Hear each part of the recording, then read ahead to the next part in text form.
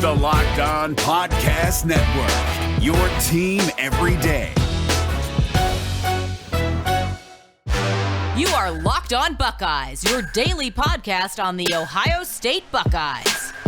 Part of the Locked On Podcast Network, your team every day.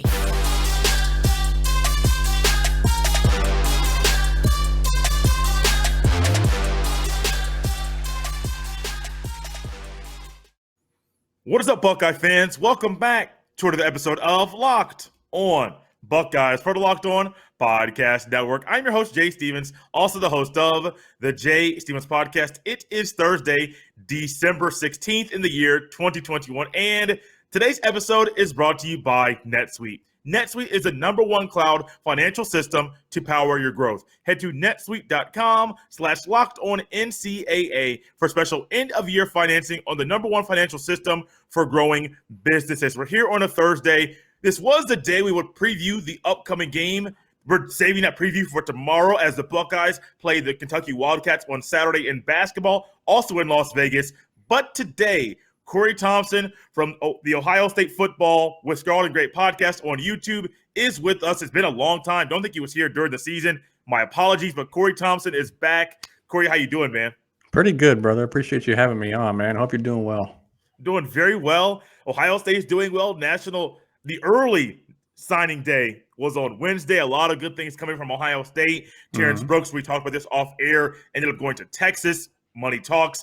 And this is a great time for youngsters because they're getting to sign to go to a place to play collegiate football at a next level, some at the highest at the next level. I'm excited for them, Cory, and I'm excited to see what comes from these youngsters once they get on campus. Absolutely, man. I mean, this is the most exciting time if you're a true college football fan. If you're a casual fan, it's like, oh, okay, that's nice. But the thing that makes college football to me more fun is following these kids in their not in a stalker way for those who are wondering, but following these kids' high school careers, knowing they're coming to Ohio State, and then you get to see them on the field. Go, hey, that guy's from Pickerington, that guy's from Cleveland, that guy's from Florida, that guy. You say, wow, he's a big time recruit. Let's see what he can do. You these 5-stars, you get them on these high 4 stars and 5 stars, you get them on the field, you get to see what they can do, and it's just so much fun. So much fun. And we're hoping, I know you are hoping, I know many listeners and people watching are hoping that the fun that we are talking about with these youngsters, we have more fun next season watching football than we did this year. There was, 2 losses, 10 wins. In most places around the country, 10-win season, it's amazing. But the expectations at Ohio State are very high. I don't think the standard needs to be lowered. Keep them high and just rise to the occasion. With the expectation at Ohio State, what youngster do you think is going to fit into his new role at Ohio State and flourish quickly as soon as he gets on campus? Talking about in this recruiting class? Or? Yes, sir. Yes, sir. A guy, I think you got to say C.J. Hicks and Sonny Styles. I don't know. Sonny Styles is a little longer because he's going to be technically should have been a senior in high school by the time he gets on campus at Ohio State. And he'll be there in June, I think it is. So he'll be a little late to the game. He's going to have to bulk up a little bit. I think he's going to, but I'm excited about him. But I think it's going to take a little time or more time for him. But C.J. Hicks, you figured going to play quickly. 5-star linebacker, Ohio boy. Just everybody's excited about him, obviously. A guy I think, now the safety room has a lot of safeties to it, but what we don't have is that single high guy outside of Proctor that's really a competent player. And I hate to ridicule anybody else. I know Bryson Shaw's everybody's favorite punching bag. But it was to say that Bryson Shaw's not as good as Proctor. Proctor goes down. We are thin at the high safety. If we play that high safety again, and we figure to play a 4-2-5 system with Jimmy Knowles, Kai Stokes could see some playing time. He is big at 6'2", 210, 215, very freaky fast. He has Malik Hooker written all over him. I think he's a guy who could not start. I want Proctor to be that guy. Don't get me wrong. I'm not saying he should go out and start right away, but I do want to see Stokes get on the field and start to assert himself in that position for the future.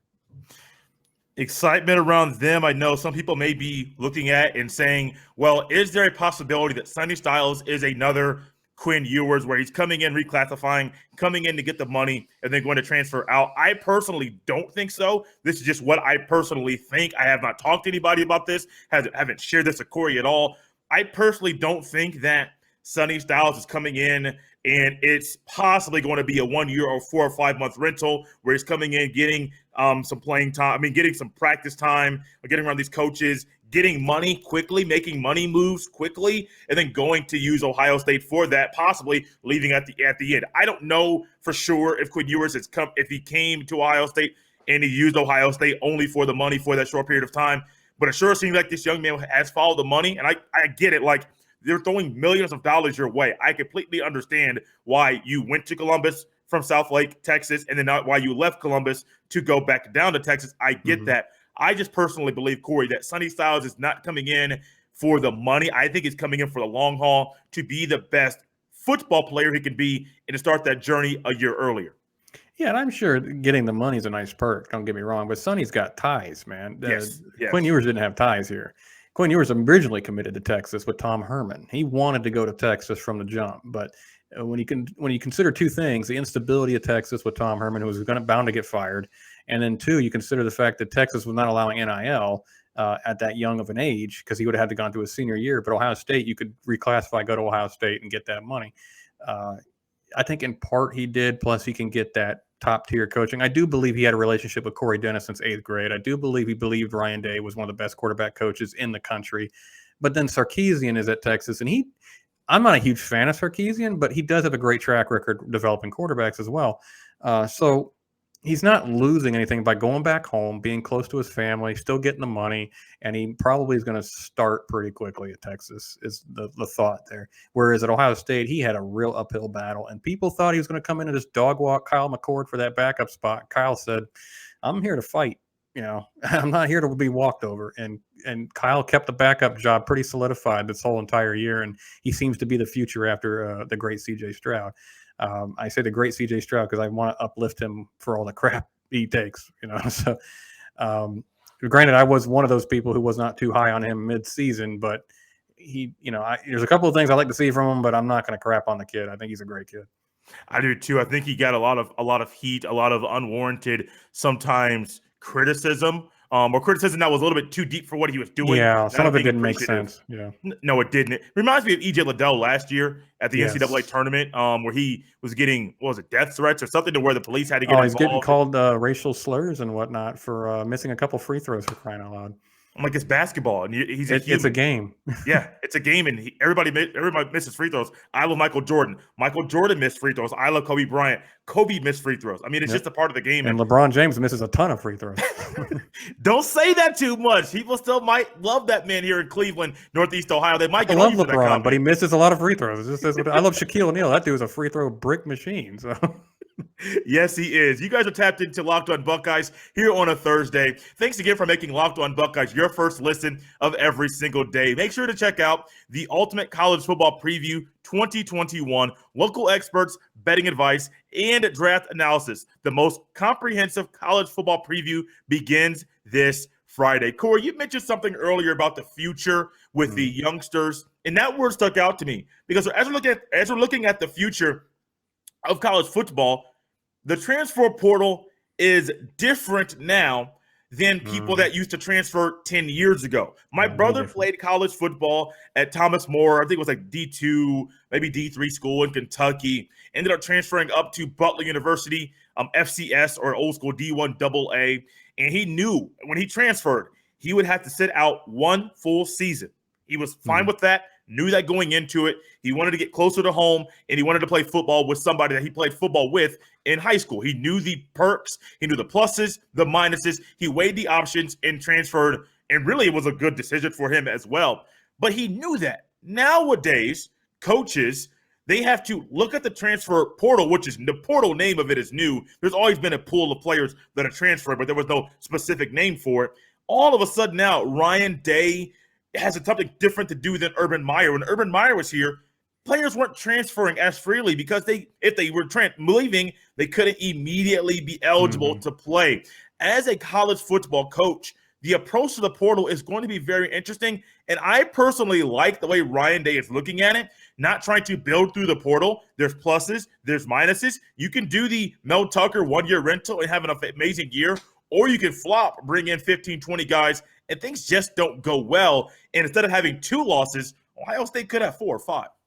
You know what? I want to address Mel Tucker and Ryan Day are both right in their approaches. Yes. Because and they're doing it differently, but they're both right for their programs. Mel Tucker is certified a genius because he knew that if he had to build a foundation, it's going to take 4 years at Michigan State, and they weren't going to win a lot, and it was going to be harder and harder to get those guys to buy in and believe. So what do? You get 25 rentals, you win 10 games, and then you basically tell people like, oh, we can win here, and all of a sudden recruits start believing, and it's showing as he's getting a really good recruiting class at Michigan State now. Mel Tucker, God bless you, man. You are reviving that program. Sorry. I mean, Ryan Day's right. Ohio State has that foundation. They're not coming off of a very few terrible seasons to where the program's in the dumps. He can build. He can plug a couple holes here and there. Hey, we didn't recruit quite as well in the offensive line, so we're going to go for Miles Frazier and try to get him. Hey, we didn't, maybe the secondary, we're looking into guys like Elias Ricks. Not anymore, I get it, and people are upset about that. There was obviously off-the-field issues that concerned them, but they're looking at the kid from Iowa State that's in the transfer portal. I cannot remember his name. I think it's Abraham. They're looking at kids like this now to kind of fulfill a need they have. So who's going to be that second corner to Burke and whatnot? So you don't have to build the program with it. Mel Tucker had to build the program with it. Ryan Day just knows I can just use it to smooth over some rough edges. And I think it's a good approach for both of them. I think Mel Tucker, he realized after the way year number 1 went, the portal was full of players that could immediately Kenneth Walker, an impact with his team. I personally think that he should have been in the top 3 for the Heisman. I do understand the Heisman moments that happen at the end of the year. But I really do think that at some point people got to realize this is a longevity thing. Mm-hmm. Now, what have you done for me lately when it comes to the Heisman voting?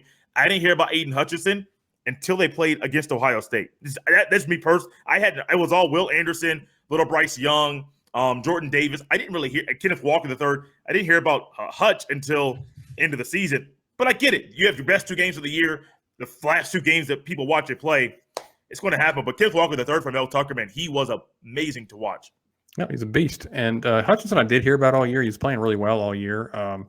I get him being there. There's for a year that was wide open, there was quite a few players pretty deserving to be in that New York spot. And the guys who were there were deserving of it. But I do agree Kenneth Walker got kind of ripped and should have been there. And Will Anderson, you can argue, got ripped, should have been there. Maybe invite 6 for once. Be like, look, it's not a top-heavy year, so let's get all the first top 6 and bring them to New York. But hey, it is what it is. But Mel Tucker did the right thing, and Ryan Day is doing the right thing. The transfer portal is there to be a tool, and people are going to use it differently. And I appreciate the way Ohio State looks at it right now. It's like we could. Justin Fields made perfect sense, obviously. Jonah Jackson made perfect sense for us, obviously. Just guys like this can smooth over some rough edges. I appreciate Ryan Day's approach to it. I appreciate he's embracing it, unlike a certain coach in South Carolina.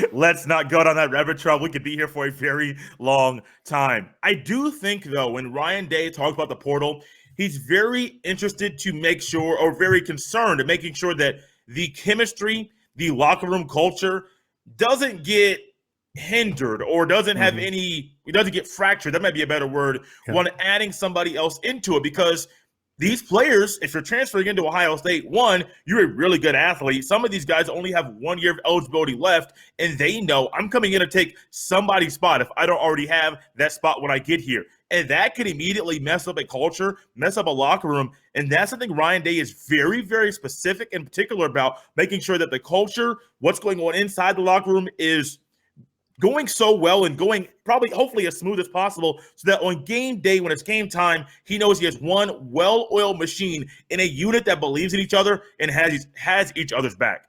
Yeah, and I think Randy Wade, father of Sean Wade, has voiced his opinion on this, where he doesn't like that when we go to the portal. We're talking about getting Darnay Holmes when he was talking about possibly transferring from UCLA for 1 year and go to Ohio State, but he ended up going pro. And I know Randy Wade was like, come on, just trust the guys you got in the locker room. So, I mean, we went after Henry To'o and then got Niote instead when To'o went to Alabama. And we were obviously aggressively chasing linebackers in the portal. And then we see the linebacker play this past year. Maybe we find out, maybe there's a reason for that, because they weren't really high on what we had. When a former running back's easily your best full linebacker, there's probably an issue in the linebacker room. You're right. You got to balance that out with chemistry. But sometimes I like what Ryan Day said. Hey, I'm not here to coddle your feelings. if you're not getting the job done, I got to get somebody who will. I mean, the team's expected to win 11 games and go to the Big Ten title and go to challenge for national titles. And we're going to do that however we have to. Fortunately, we're in a situation where we don't have to completely blow up the locker room and get 25 guys in the portal, but we're going to add a piece here and there. And some people just going to have to suck it up and compete. Do you think that he's going to add anybody in the secondary in the offseason? I don't know. From the portal specifically. I think Cam Brown might be gone. If Cam Brown comes back, I think he might. Okay, I got Brown and Burke. That's my two outside guys. I can rotate one of the younger guys in like a Gavasis or something like that. Ryan Watts leaving obviously leaves a little bit of dent in the depth. But they got two young guys in Hancock and Johnson they're high on. You got to figure they're going to rotate and play in quite a bit. So, but I do think they are. The fact that they were even looking at Ricks tells you they feel like they need somebody. Or maybe Ricks was just so talented you couldn't not look at him. But I do think they're going to look at the guy from Iowa State and say, we need an outside corner to go along with Burt to solidify that spot instead of trying to – if Cam Brown doesn't come back. So instead of relying on a young guy to have a Burke-like freshman-type season, because you don't always hit lightning in a bottle 2 years in a row with that, where Burke was a lucky find to where he was ready to play. But it's obviously it just depends, I think, on what Cam Brown does. If they think Cam Brown definitely is going, then they're definitely going to the portal and getting somebody. We are rolling on through here on a Thursday here on the Locked On Buckeyes podcast, part of the Locked On Podcast Network, here with Cory Thompson from the Ohio State Football with Scarlet and Great podcast on YouTube. Cory, I wonder if what we're seeing now with Ohio State going and trying to get Ricks that's now in the portal from LSU, if that's a sign of what the cornerback play will be next year, because last year we saw them going into the portal to get a linebacker, and we saw how the linebacker play was this season. Yeah, it's a worry because they're young. They're talented, but they're young. I mean, Cory did bring in a really big corner class the year before, and there's several young, good prospects from that class, and there's a couple of young guys coming in now. Ryan Turner is very underrated coming in. And they like him quite a bit. So he may be a Burke and just, like a low 4-star, just challenge all of a sudden, like, whoa, where'd this guy come from? Who knows? But, that's the problem. It's a question. You can't rely your defensive season on a question.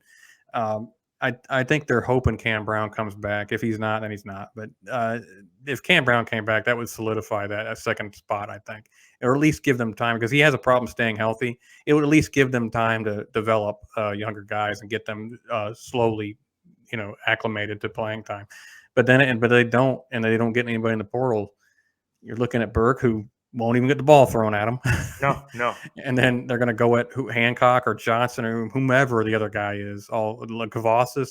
I think Gavasis will end up being a decent player for what it's worth. But again, he might not be there yet.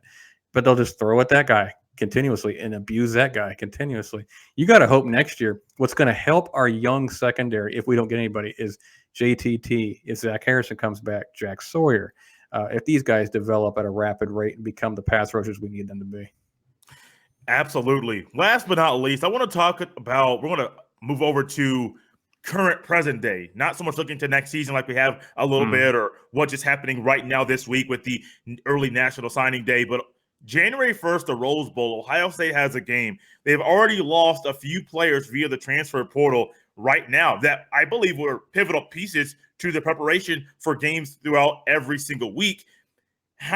If you're Ryan Day, how do you navigate bowl practice knowing in the back of your mind you might be losing players and those players might be big parts of your preparation to face the Utah Utes? I think you just sit down and have a conversation with the guys you suspect and say, are you coming or are you going? Because I got to prepare for this bowl game. I got to get the team ready, and I want you to be a part of that. But if you're not going to be, I respect it, but I got to know. I love Denzel Ward. I think he's one of the greatest corners in Ohio State history. Don't get me wrong. And I could be wrong on my history here. So correct me if I'm incorrect, but in the 2017 Cotton Bowl against USC, remember Denzel sat that one out and Akuta got baptism by fire and play. The issue wasn't that Ward sat out. It was that I think he repped with the ones until like the week of. And it kind of disrupts, like, wait a minute, we thought we had you this entire time. Now we don't have you anymore because somebody told you you're going to be a top 5 pick. And that's fine. Go make your money, but tell us, in the beginning of December. Don't tell us right before we play the game against a really, at the time, Sam Darnold's considered a really good passing quarterback. So I hope whoever does it now. And they can get I talked about this in the Twitter chat. Olave and Wilson are likely going to sit out this game. And I don't blame them. They have no more film to show. They only risk their injury. It's all about the drills at this point for them. Okay, great. Go make your money, guys. I totally support you in that. Go secure your future. But do it now. Let Fleming and Harrison and Buka get the reps now. Mm-hmm. To get prepared for that game. That's what I'm saying if I'm Coach Day. I love you guys. I respect you guys. If you want to play in this bowl game, I will love to have you. But if you don't, please make that decision quickly so we can prepare for life without you. As much as we don't want to, we understand it's a reality. It's very similar to the kind of conversations I think NFL coaches have with players in the offseason, maybe going into not so much are you in or are you out, but more so, hey, this is where we see your role right now. Here's what we think you need to work on.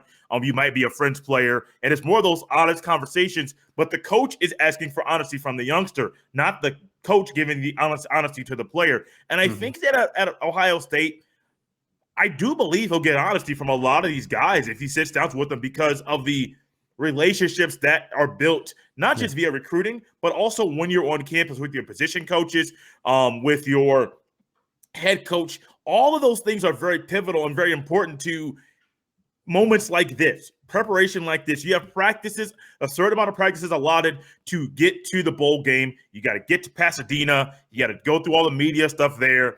You don't want to get to, like you mentioned, the week before the game, that all of a sudden a guy who's going to be a future first-round pick or a guy who's been a big part of your defense or offense is almost like, wait, guys, sorry, I'm gone. I'm not playing. That'll be horrible, and that'll be something that could carry on to him to the NFL. Now, granted, no one talks about that now with Denzel Ward because he's playing good football. So I understand, some things you can outgrow and they can leave the narrative that are surrounding you. But I do personally believe, and I never even thought about having the conversation with these youngsters, with these players, but even the parents, the player may not want to. The parent may say, hey, look, are you staying or are you going? If you're going to tell me you're going, you need to tell Coach Day so that he can properly prepare. He will not hate you for making a decision for your future because he is expecting you to make decisions for your future as a future NFL football player. It's just the nature of the beast. I know it may suck for Ryan Day if he gets that from a player unexpectedly, but I do think it's something that he would appreciate getting earlier than later. Oh, of course. And you don't want to get it a couple of days before. Sorry, coach, I'm not going to play. Oh, I prepared a game plan with you involved, man. I mean, what do you look, I'm not mad at you for making a decision. It's just your timing is awful for the team. It used to be where the old fuddy-duddies used to say, you should always go out for the team, never sit out. But you saw Jake Butt tear an ACL for Michigan in the bowl game against FSU a few years back, and he dropped his draft status as a result. I don't want any of these kids to lose money, man. Go make your millions, please. You work so hard for it. You deserve it. Totally on board with that. Just if you're talking about being in for the team, the best thing for the team is to make that decision quick. And I'm not saying your brother's going to love you any less. Don't get me wrong. I think they're going to love them unconditionally regardless. That's not what I'm saying. And as a fan, I'll love what they've done for Ohio State unconditionally regardless. I'm just saying the best scenario is if you're going to sit out, make the announcement as quick as possible. Absolutely. I do believe also it's a teachable moment. I keep hearing people say NIL doesn't teach people anything. The transfer portal doesn't teach people anything. I think there's pluses and minuses to the NIL. I do think there's pluses and minuses to the transfer portal. If you want to talk about teachable moments, a great way to teach a young man something is to say, hey, you're 22 years old. You're making a future about your life, about your career. If you know the decision now, make the decision if you can, and then go ahead and tell people involved so they can properly go about making decisions for their lives and for the things that they are in charge of. I think that's a major teachable moment that parents can assist their sons with, because I have heard it was somebody recently, I think it was on Twitter, talk about how NIL is not teaching kids what you think it is. And I'm like, kids, I don't like a lot of things going on with the NIL. I do know that it's now legal for a lot of things that are going on. Okay, great.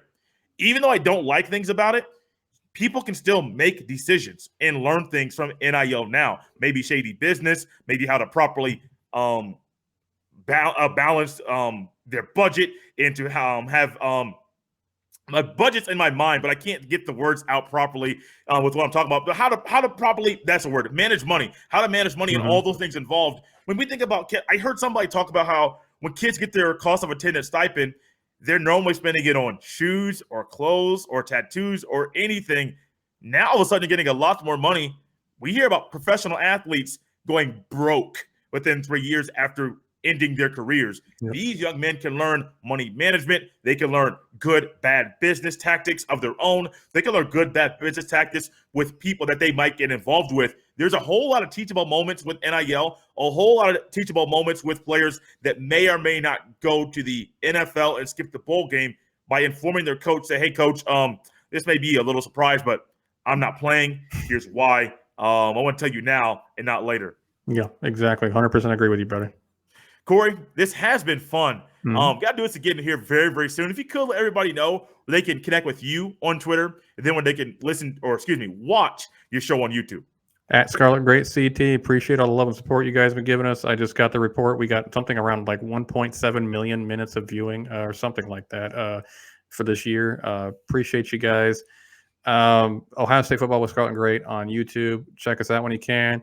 And also, if you love podcasts, tune into Locked On with Jay Stevens, man, and then tune into ours, and you'll get Buckeye content relentlessly throughout the day at work. It's actually nice. I do that day. I listen to ours. I listen to Jay's. I listen to Menace to Sports, and just go through down the line. Letterman Row, just go down the line. A lot of good stuff coming from Ohio State. Letterman Row. I love their roundtables, the ones they do with Bobby Carpenter, Justin Zwick. I love those because it doesn't just give the reporter's perspective, it gets the former player's perspective. Yep. And I do think Justin Zwick and sometimes they get Tyvus Powell, Cardell Jones. Those guys give a great insight into what goes on inside the Woody, but also what goes on inside a player's mind as far as this is what I'm thinking before making a major decision.